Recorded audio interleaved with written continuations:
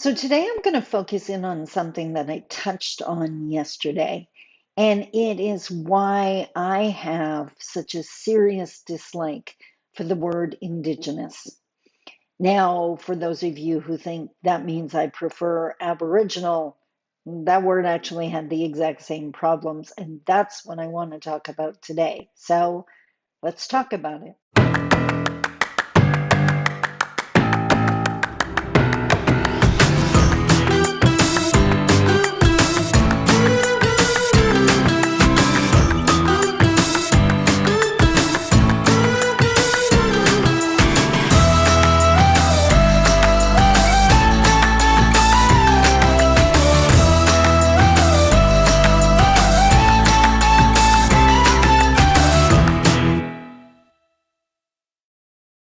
Bonjour, Mishko Paganon, Quain Adishnakas Mangdodem.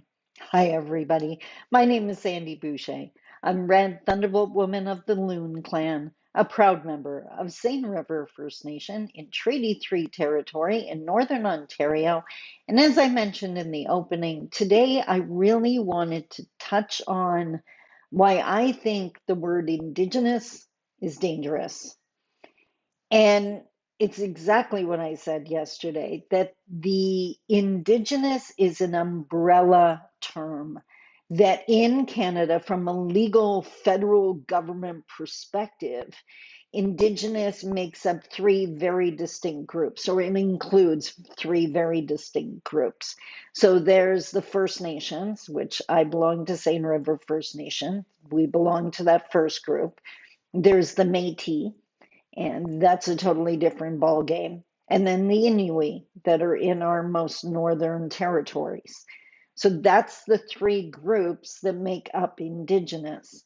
But as I mentioned yesterday, in the First Nation part of Indigenous only, there's more than 640 different First Nations. They have different languages and dialects. They have different traditions and cultures. I spent a month out on Vancouver Island. This is years ago. I was considering relocating out there. And obviously, I wanted to investigate the teachings and learn about the land. And none of those teachings resonated with me, nor should they have. They're not my teachings. And when I returned to Northern Ontario, again, I just felt like my blood memory sighed. I refer to Northern Ontario as the land where the trees know my name. This resonates to me. The plants here resonate to me. The type of trees resonate to me.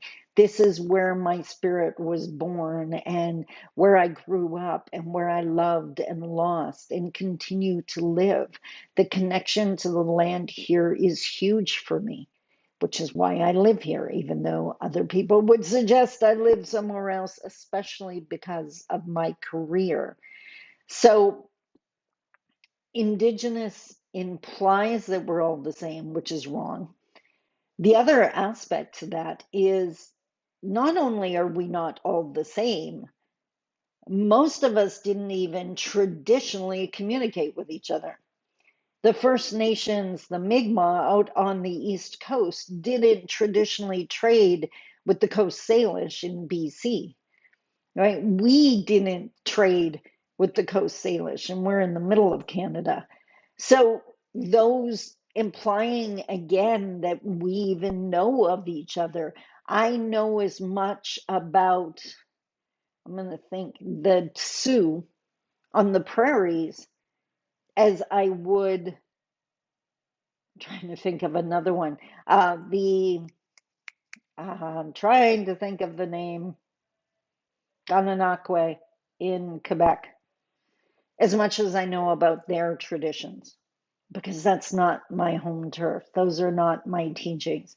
Would I be interested in learning? Absolutely. But that's why you can't ask an Indigenous person to talk specifics about all Indigenous people. No one can speak for all Canadians. We don't speak for all Indigenous either. So we're not one voice. We're not one nation. We're not one opinion. We are as diverse as any other large group, and those large groups were grouped together by the Canadian federal government, not by us. That's their word for us. Even though I'm okay, I love Indigenous in that, in my mind, my opinion, it ties us to the Indigenous people of the world because there's Indigenous people all over this amazing planet. I like that. But yeah. Now, what I did a couple years ago, and it achieved its purpose, even though I got some serious backlash for it. No one should do this. Indigenous may want to do this. Non-Indigenous should never do this. And I'm not saying that to be restrictive of what you do. I'm saying that to protect your butt. What I did, now, for those who have followed my career before I focused on YouTube, and I still put out a daily blog post every single day on Facebook and on my website, I started using a small I on the word Indigenous, which anyone who's like one of those grammar hawk things, like their heads just about exploded. But the reasoning behind it was, well, twofold. I look at the word Indigenous like the word people. It's a grouping term, it's not a proper noun. So, in that way, it shouldn't be capitalized. Two, the second aspect was I always capitalize Anishinaabe or Cree or Haudenosaunee or Dene, the names of our nations, the true proper nouns. Those I capitalize. But I knew what would happen. And it did. It absolutely did. It started the conversation, which is a large part of the work I do. And my goal for every video or every blog post, when I started sending out these blog posts, because the people on my email list get it emailed to them every single day, when I started using the small I had the most beautiful, respectful people write back and going, Sandy, I don't want to be critical. And, I'm not trying to criticize your work, but you used a small I. Is that, I thought we were supposed to use a capital I on Indigenous. Am I wrong? Which led to the most beautiful conversation because I got to explain what I just explained to you. No, you're not wrong to use the capital I. But remember that we are not Indigenous. I always used to say that there's no such thing as an Indigenous person. That's just a grouping term. There are Anishinaabe or Dene or Coast Salish or Haudenosaunee or Cree, the nations.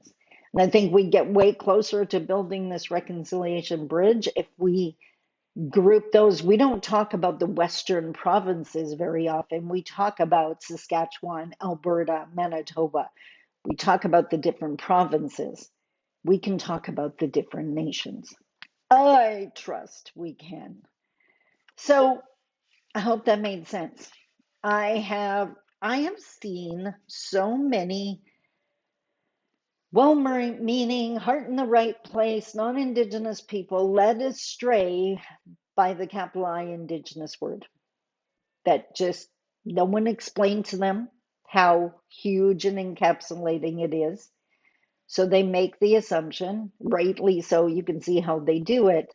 They make the assumption we're all the same, and we are so not. There are commonalities.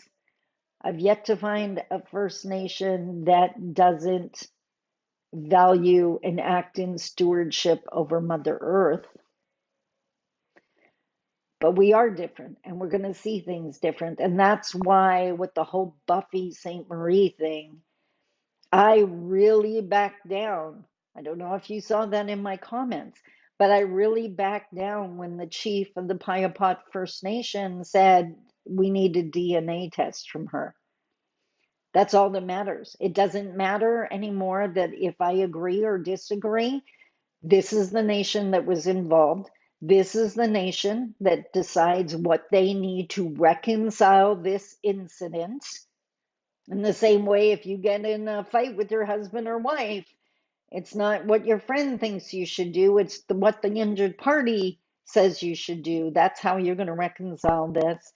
When he said they needed DNA tests to keep their community from being blown apart, this was dividing them. For one, my heart went out that Buffy If you can say you're Indigenous, Indigenous don't inflict harm on Indigenous. Yes, the lateral violence, we know that.